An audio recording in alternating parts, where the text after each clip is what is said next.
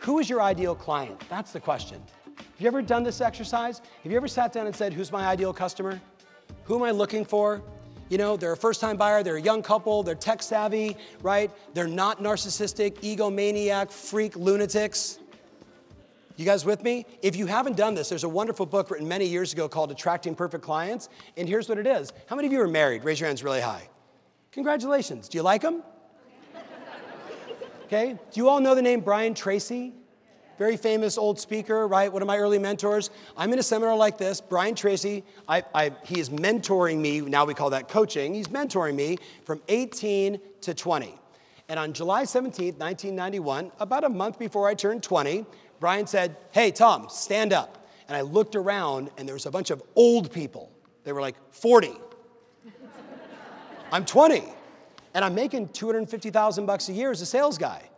And he says, Tom, tell him what we do, da-da-da. And he said, look at me. He goes, I love you. You need to get married. You with me? I'm sitting with a girl that I'm dating. And I'm like, look away, look away, look away. And I said, Brian, how do you attract the perfect spouse, thinking this is my out, like I can just, you know, like, right? And he says, I want you to go back to your room tonight and write down everything you're looking for in the ideal spouse. Everything that you value, everything that matters in your heart of hearts. Think of women that you respect. Think of people that have touched your life. Think about those qualities and those characteristics. I wrote everything down. July 19th, 1991, and I met my wife 1 month later. 1 month later. And literally, I meet her at a seminar, and I'm like, because I used to walk around with like this cheat sheet. You guys think I'm kidding?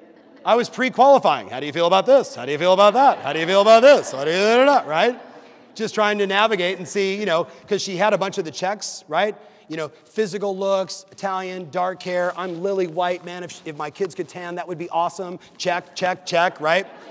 But then we start dating, and now I'm going to the deep stuff, values, parents, relationships, religion, work ethic, money. And I'm asking all these questions, and she's like, you're the strangest person I've ever dated.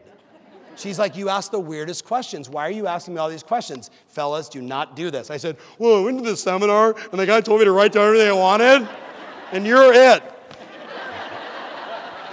She said to me, I did not go to that seminar. I'm not sure if you're it for me. And didn't date me again for 3-4 months, and about 1.5 years of lead follow-up, I got her. You with me? But if you don't know, thank you. If you don't know what you want, then you know what you get? A bunch of shit. But if you say, my ideal customer is this, this, this, this, this, but then you have to flip it and say, but then what are their expectations of a real estate professional? If they're going to be like this, this, and this, who do I need to be attractive to them? Does that make sense?